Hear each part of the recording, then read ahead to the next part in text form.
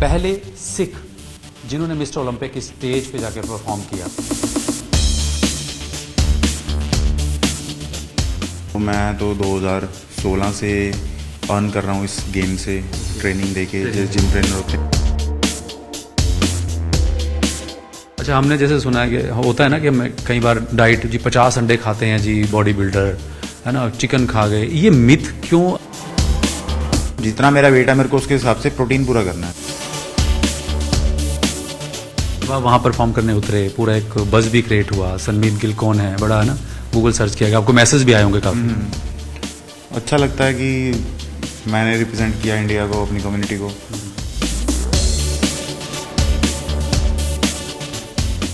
जैसे क्रिकेटर का सपना होता है कि वर्ल्ड कप खेलना, किसी एथलीट का सपना होता है ओलंपिक खेलना, और इस तरह ही बॉडी बिल्डर का भी सपना होता है मिस्टर ओलंपिया में जाना। तो आज हम जिस शख्स से आपकी मुलाकात कराएंगे उसने इतिहास रचा है।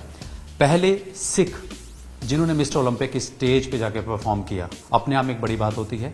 सनमीत गिल हरियाणवी मुंडा है, पंजाबी खून भी है, और वड्डी गल पंजाबी च करांगे तो हिंदी भी करांगे। सनमीत जी, मैं शुरुआत करूंगा कि ओलंपिया जाना सबका सपना होता है ना बॉडी बिल्डर का। ये सिरसा के रहने वाले लॉस वेगास की स्टेज तक पहुंचे, ये जो 12-13 साल का स्ट्रगल है, कब से शुरुआत आपने जिम की? 2014 से जिम जाना स्टार्ट किया था, बट प्रोफेशनली बॉडी बिल्डिंग का तो 2018 से शुरू की थी, जब पता लगा कि बॉडी बिल्डिंग एक प्रोफेशन होता है, स्पोर्ट है, इसमें कंपटीशन होते हैं, तो 2018 से स्टार्टिंग हुई थी। तो अब तक कर रहे हैं और स्टेजेस कंप्लीट करते जा रहे हैं। ओके, 2018 से आपने इसको सीरियस लेना, मतलब प्रोफेशनली शुरू किया। मिस्टर ओलंपिया में हम बात करते थे डेगरा साहब की और उनकी, है ना, एक इंडियन का जाना बड़ा होता था कि अच्छा इंडिया का कोई गया है, तो ये कैसे मुकाम हासिल हुआ? क्योंकि इसके लिए एक प्रोसीजर होता है पहले। तो प्रोसीजर था कि ये एक प्राइवेट फेडरेशन है ओलंपिया की, जो IFBB फेडरेशन है, प्राइवेट फेडरेशन है। तो इसमें आपको कम्पीट करना पड़ता है। इसके एमेचर शोज होते हैं, फिर प्रो शो होते हैं। जैसे सबसे पहले आप एमेचर हो गए, 2023 से पहले मैं एमेचर था बॉडी बिल्डर, मतलब प्रो कार्ड नहीं था मेरे पास। तो फिर आप एमेचर शोज जब जीतते हो फिर आपको प्रो कार्ड मिलता है, ठीक है। तो प्रो कार्ड जीतते हो आप, फिर प्रो कार्ड जीतने के बाद आप जिन वर्ल्ड में जिनके पास भी प्रो कार्ड है उनके अलग प्रो शोज होते हैं, तो वो प्रो शोज में कम्पीट करना होता है आपको। फिर आपको एक प्रो शो जीतना पड़ता है अपनी कैटेगरी में, ताकि आप ओलंपिया के लिए क्वालिफाई हो सको। सो ये जर्नी थी। क्योंकि इसमें दर्शकों को बता दें, क्योंकि कैटेगरी अलग होती है ना, स्टेज एक बड़ी स्टेज होती है। आपकी कौन सी कैटेगरी? मेरी क्लासिक फिजिक की, क्लासिक बॉडी बिल्डिंग की कैटेगरी थी, जिसमें आपके हाइट के अकॉर्डिंग आपका वेट का एक लिमिटेशन होती है कि इफ़ आप 5'8" की हाइट के हो, 174 सेंटीमीटर के हो, तो आपको 92.5 kg का टॉफी इतना ही वेट कराना होगा। इससे ऊपर आप वेट नहीं लेके जा सकते। सो सभी हाइट के अकॉर्डिंग किसी इंसान का अपना वेट होता है, उससे ऊपर वो लेके नहीं जा सकते हैं। तो सभी एक कैटेगरी में कम्पीट करते हैं। इसके कुछ अलग अपने जज करने के क्राइटेरियाज होते हैं। आपको एक्स फ्रेम चाहिए थोड़ी सी, मतलब जैसे कह सकते हो beauty of body building, classic body building को कहा जाता है, जिसमें प्योरली एस्थेटिक बॉडी होती है। आपकी लेग्स डेवलपमेंट, आपकी अपर बॉडी डेवलपमेंट बैलेंस में होती है। वो थोड़ा ज़्यादा, बहुत ज़्यादा मास नहीं होता, मस्कुलर बॉडी नहीं होती, बट ब्यूटीफुल बॉडी बिल्डिंग होती है। अच्छा, जैसे आपने कहा कि 2018 से मैं प्रोफेशनल बॉडी बिल्डिंग में आया, 2025 ख़त्म होने का ऑलमोस्ट, आपने एक इतिहास रच दिया है ना, फर्स्ट सिख जो इस बड़ी स्टेज पे गया हो। दर्शकों की जानकारी के लिए बता दें कि आप गूगल सर्च करना कि मिस्टर ओलंपिया होता क्या है। आर्नोल्ड की दुनिया से लेके अब तक की बात करें, एक होता है कि परफॉर्मेंस देना, उस स्टेज पे जाना बहुत बड़ी बात होती है, लेकिन कहीं ना कहीं रहता है कि अगर एक जीत के साथ आते तो और होता, लेकिन उस स्टेज पे पहुंचना बहुत बड़ी बात है। पहुंचना भी बड़ी बात है, बट मैं यही चीज़ हटाना चाहता था कि मैं रिप्रेजेंट कर रहा हूँ, तो पहुंचना बहुत बड़ी बात नहीं रहेगी। अब आप शो अप करो, आप ये चूज़ करो स्पोर्ट, आप कंसिस्टेंसी दिखाओ, तो पहुंचना कोई बड़ी बात नहीं, और जीतना भी कोई बड़ी बात नहीं रहेगी। हमें बस उनके लेवल को मैच करना है, वो टाइम चाहिए उस चीज़ के लिए। आज वहाँ पे जाके परफॉर्म किया है, कुछ सालों बाद हम मेडल्स भी लेके आएंगे, बट करना पड़ेगा, जो वो कर रहे हैं उनसे ऊपर होकर करना पड़ेगा वो। अच्छा सनमीत, एक चीज़ और है कि हम जो नॉर्मल रूटीन बॉडी बिल्डिंग देखते हैं वो डाइट प्लस जब मिस्टर ओलंपिया जैसे या प्रो शो के लिए आपकी प्रिपरेशन होती है वो टोटली डिफरेंट होती है ना। आपको एक पानी की बूंद तक का ध्यान रखना पड़ता है। तो आपने जब ये मिस्टर ओलंपिया की तैयारी की, क्या आपकी डाइट प्लान रहता था? कितने घंटे आप सोते थे? क्या खाते थे? डाइट प्लान तो यूजुअली जो सारा साल रहता है, ये एक लाइफस्टाइल है, ये कोई स्पेसिफिकली चीज़ नहीं है बॉडी बिल्डिंग की, कोर्स नहीं है 3 महीने का। तो डाइट डिसिप्लिन ट्रेनिंग तो आपकी जब से आप बॉडी बिल्डिंग शुरू करोगे रहेगी, चलेगी। 5 बार दिन में खाना, किसी की 4 मील्स होते हैं, किसी की, मेरी 5 मील चल रही हैं पिछले 10 साल से।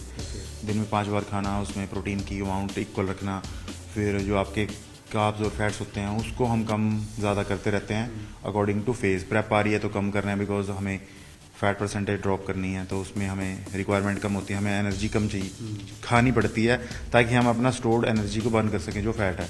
तो इसमें फिर इसमें आपकी फिजिकल एक्टिविटी थोड़ी ज़्यादा इंक्रीज हो जाती है, कार्डियो ज़्यादा करना पड़ता है, खाना कम है, कार्डियो ज़्यादा करना है, स्टेप्स ज़्यादा करने हैं, ट्रेनिंग भी करनी है उतनी ताकि आप फैट परसेंटेज ड्रॉप कर सको। फिर स्लीप ऑटोमेटिकली कम हो जाती है जब आप कम खा रहे हो, तो सारी चीज़ें मैनेज करनी पड़ती हैं। मतलब मॉर्निंग आप सुबह से अगर पूछूं उठने से लेके क्या शुरुआत करते हो और सोने तक की डाइट? उठने से सबसे पहले तो पानी ही पीना होता है, 2 लीटर। उठ के मैं 1.5-2 लीटर पानी पीता हूँ। फिर कार्डियो होता है, सबसे पहले फास्टेड कार्डियो होता है। फिर कुछ टाइम 1 घंटा मान लो कार्डियो हो गया, 40 मिनट 45 मिनट फेजेस पे डिपेंड करता है। उसके बाद हम वेट करते हैं थोड़ी टाइम, आधा घंटा। फिर उसके बाद फर्स्ट मील इनटेक करता हूँ मैं अपने, जिसमें डिफरेंट होती है हर किसी के लिए। मेरी होती थी क्रीम ऑफ राइस और ब्लूबेरीज आइसोलेट प्रोटीन। इससे पहले मैं ओट्स लेता था, अंडे लेता था, तो डिपेंड करता है। बट मेरी इस टाइम पे cream of rice, isolate protein, blueberries ही होती थी। तो उसके 1-1.5 घंटे बाद, 2 घंटे बाद वर्कआउट होता है।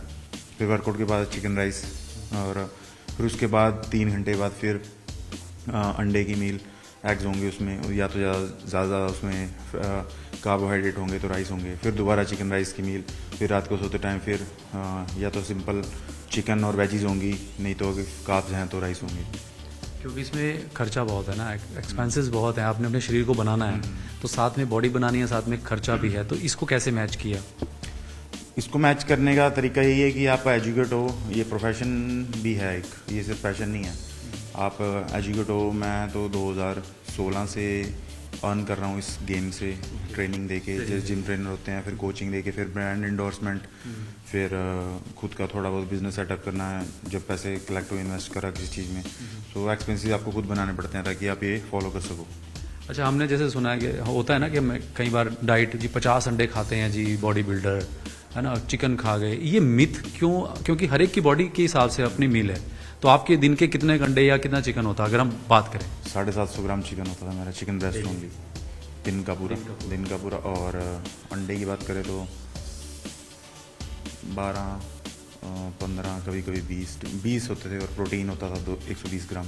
तो जितना मेरा वेट है मेरे को उसके हिसाब से प्रोटीन पूरा करना है। लेट्स से मैं 90 kg का हूँ तो मैं 3 गुना अमाउंट ऑफ प्रोटीन ले रहा हूँ, बिकॉज मैं प्रेप फेज पे, मेरे को ज़्यादा की रिक्वायरमेंट है, तो मुझे 270 ग्राम प्रोटीन पूरा करना है। तो ये सारी चीज़ों से मिक्स करके आएगा तो ऑब्वियसली तब ज़्यादा हो जाता है रिक्वायरमेंट। एक बार पंजाबी डोला दिखा देंगे जरा, जो छाया पूरी दुनिया में, ये बहुत इंपॉर्टेंट है।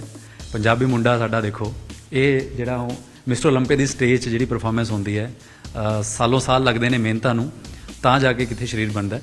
अच्छा सनमीत, एक चीज़ और है, जब आप अपने प्रो इंडिया जीता जो भी भारत, उसके बाद ये आपको क्वालिफाई आप कर गए, एक माइंड सेट रहता है ना किसी बॉडी बिल्डर का कि अब वो स्टेज और उससे ऊपर वाली स्टेज पे जाना है, तो वो पीरियड में बिल्कुल संभल के, हालांकि एक आप नॉलेज पूरी आपके पास है ना, पूरा एक आपके पास मैकेनिज्म है, बट एक मिस्टर ओलंपिया जैसी स्टेज पे जाना, परफॉर्मेंस करना, क्या अलग डिफरेंट करना पड़ता है?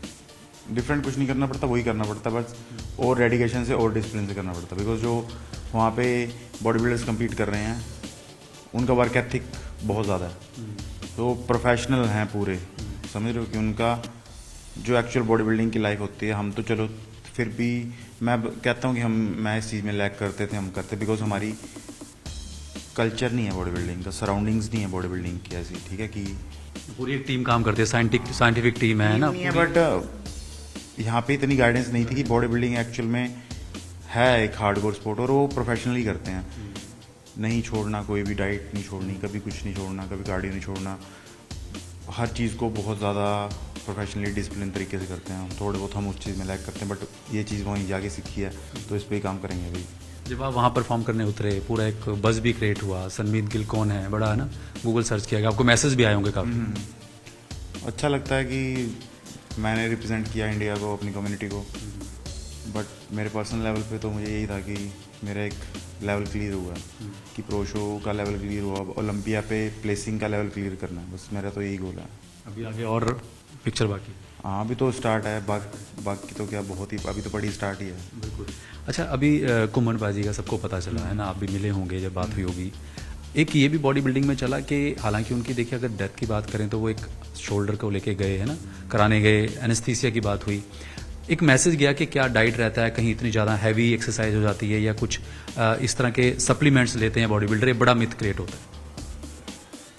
लैक ऑफ नॉलेज है लोगों में, और ऐसे कौन सा लोग हार्ट अटैक से मरते नहीं हैं, नॉर्मल लोग। जब बॉडी बिल्डर को कुछ हो जाता है तो बहुत बड़े इशू बना लिया जाता है। बॉडी बिल्डर तो 100 में से 2-3 मरते होंगे हार्ट अटैक से या किसी डिजीज़ से, बट नॉर्मल लोग तो रोज़ मर रहे हैं, तो उनके बारे में कोई बात क्यों नहीं करता। वो तो नहीं प्रोटीन यूज़ कर रहे, वो तो नहीं सप्लीमेंटेशन ले रहे, तो उनको क्यों हार्ट अटैक आ रहे हैं। तो सोचने वाली बात है।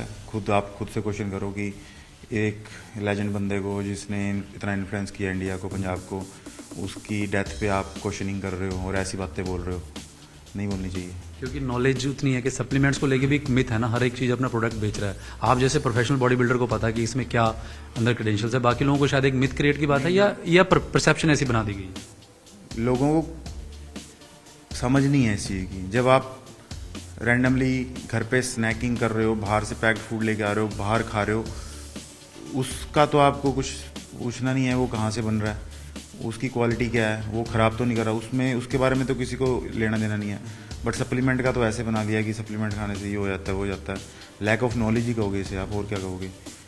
आप तो मिले होंगे कुम्मनबाजी से आपकी, है ना, कितनी बार, क्या लगा आपको, क्या अचानक से किसी को वो यकीन ही नहीं हो उनकी मतलब डेथ से? सैड चीज़ है ये कि लाइफ अनप्रिडिक्टेबल है, कभी भी किसी की डेथ हो सकती है, तो है ही, चाहे आप बॉडी बिल्ड हो चाहे जो मर्जी हो, लाइफ अनप्रिडिक्टेबल है, कुछ भी हो सकता है कभी। तो पूरे इंडिया के लिए ही एक दुख की बात है कि इतना बड़ा इन्फ्लुएंशियल एक पर्सनैलिटी की डेथ हो गई है, नहीं होना चाहिए था ये, बट लाइफ है ये। अच्छा, आपके वापस बैक टू हम बात करते हैं कि जिस तरह से आप वापस आए और उस स्टेज पे जाके आए, तो आपके जो सर्कल के अलावा आम लोगों में रुचि बढ़ती है। मुझे याद है अभिनव बिंद्रा जब शूटिंग में गोल्ड जीता था तो पेरेंट्स ने अपने बच्चों को शूट देने के लिए भेजना शुरू कर दिया। हर भी एक इंस्पिरेशन मिलती है। आपके पास मैसेजेस या आम लोगों को भी आए होंगे कि किस तरह से आप करते हैं हम बच्चों को, क्योंकि एक तो शरीर ही सब कुछ है ना, हेल्थ इज़ वेल्थ बोलते हैं, नशे से दूर रहना, अपने आप को सेहत दिखाना, इस तरह के भी आम लोगों के मैसेज आए आपको? बॉडी बिल्डिंग ना थोड़ी सी कॉम्प्लिकेटेड है, लोगों को समझ नहीं आती है कि इसमें जजिंग कैसे होती है। तो अभी स्टार्ट हो रही है, ठीक है। इफ़ मैं इंडिया को रिप्रेजेंट कर रहा हूँ, अपनी कम्युनिटी को रिप्रेजेंट कर रहा हूँ, तो लोगों को लगता है कि अच्छी चीज़ कर रहा है, बट जो डेप्थ में जाते हैं उन्हें समझ नहीं आता है ये चीज़ है क्या, बॉडी बिल्डिंग की जजिंग कैसे होती है। तो मेरे हिसाब से तो बच्चों को, अपने पेरेंट्स को बताना चाहिए कि ये गेम समझानी चाहिए, ताकि वो उनके लिए कि टैबू ना रहे या कुछ बिल्कुल डिफरेंट चीज़ ना रहे कि ये स्पोर्ट कैसा है, हमें तो समझ नहीं आ रहा। तब जाके इसमें चीज़ में लोगों की भी वो बढ़ेगी। बट हाँ, ये तो होता ही है कि चाहे आप कुछ भी कर रहे हो, जाके आप अच्छा काम कर रहे हो, रिप्रेजेंट कर रहे हो, तो पेरेंट्स भी चाहते हैं कि ये करे, बट इसमें अपने बच्चों को समझाना पड़ेगा कि ये गेम क्या, समझाओ, थोड़ा खुद भी समझो। अच्छा, आप कहना क्या चाहते हैं जो लोग इस बॉडी बिल्डिंग में हैं, अभी नए लड़के आ रहे हैं जिनको अभी शुरुआत ही हुई है, 6 महीने, साल, 2 साल, क्योंकि इसमें टाइम लगता है ना बनने में, आपको एक अपने आप को निखारने में, लोग कई बार टूट भी जाते हैं, छोड़ भी देते हैं। तो देखो, अगर आपका पैशन है तो नहीं छोड़ोगे आप। अब इसमें मैं किसी की पर्सनल प्रॉब्लम की बात नहीं कर रहा, हर किसी की ज़िंदगी में अपने पर्सनल प्रॉब्लम्स होती हैं, कोई भी रीज़न होता है XYZ, ठीक है। मैं उस पर टिप्पणी नहीं करूँगा, ठीक है। अब मैंने कर लिया तो ज़रूरी नहीं है सामने वाला कर ले। किसी मेरी लाइफ में प्रॉब्लम थी, क्या पता सामने वाले की लाइफ में प्रॉब्लम हो, बट आपको माइंडसेट तो अपना स्ट्रॉन्ग रखना पड़ेगा। अब कोई किसी चीज़ से लैग कर रहा है तो छोड़ने वाली चीज़ नहीं है, सोल्यूशन निकालो उसका, ठीक है। सोल्यूशन निकालना पड़ता है। ये हार्डशिप तो आती है, कुछ भी आप करोगे तो। अगर इजीली अवेलेबल होता सब कुछ, इजीली अचीवेबल होता सब कुछ, तो फिर पूरे पॉपुलेशन में से 2-3% लोग ना टॉप पे होते हैं, सक्सेसफुल होते हैं, सभी होते हैं। आपको अपने कंफर्ट जोन से तो निकलना पड़ता है अगर आपको कुछ भी अचीव करना है तो बेसिक है कि अपना माइंडसेट इतना स्ट्रॉन्ग रखो कि ये प्रोसेस है, ये अगर इसको कंप्लीट नहीं करोगे तो नहीं मिलेगा जो चाहिए आपको।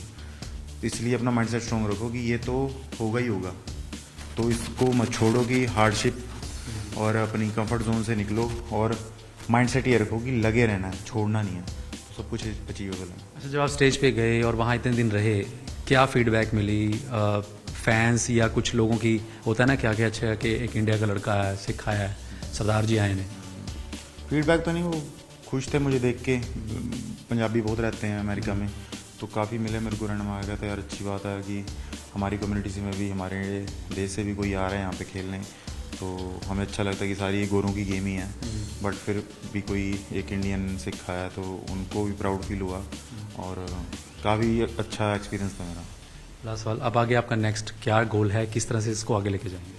नेक्स्ट गोल ये है कि जहाँ पे अब मैं लैग कर रहा हूँ, मुझे नेक्स्ट टाइम दोबारा स्टेज पे जाना है, तो वो चीज़ इम्प्रूव करके जानी है। क्योंकि फर्स्ट टाइम तो चलो फर्स्ट टाइम था, एक्सपीरियंस था, एक हिस्ट्री क्रिएट करनी थी, इसलिए ठीक है वो हो गया। बट मेरे पर्सनल लेवल पे मुझे वहाँ पे जाके टॉप 10 क्रैक करना है, तो मुझे काम करना पड़ेगा काफ़ी, और मैं उसी चीज़ को देख रहा हूँ। बस मुझे अभी ग्रोथ करनी है, जहाँ चीज़ में लैग कर रहा हूँ मैं उनसे वो ग्रोथ करके फिर, ये तो चलो हो गया, होना था जो फर्स्ट टाइम हिस्ट्री क्रिएट कर ली, मैं इस चीज़ से ऊपर जा चुका हूँ, ठीक है, इसको लेके नहीं बैठे रहना। तो प्लेसिंग लेके आनी, ताकि और ज़्यादा लोग इन्फ्लुएंस हों और ज़्यादा प्राउड हों। बहुत बहुत शुक्रिया Sanmeet, all the best. Thank you.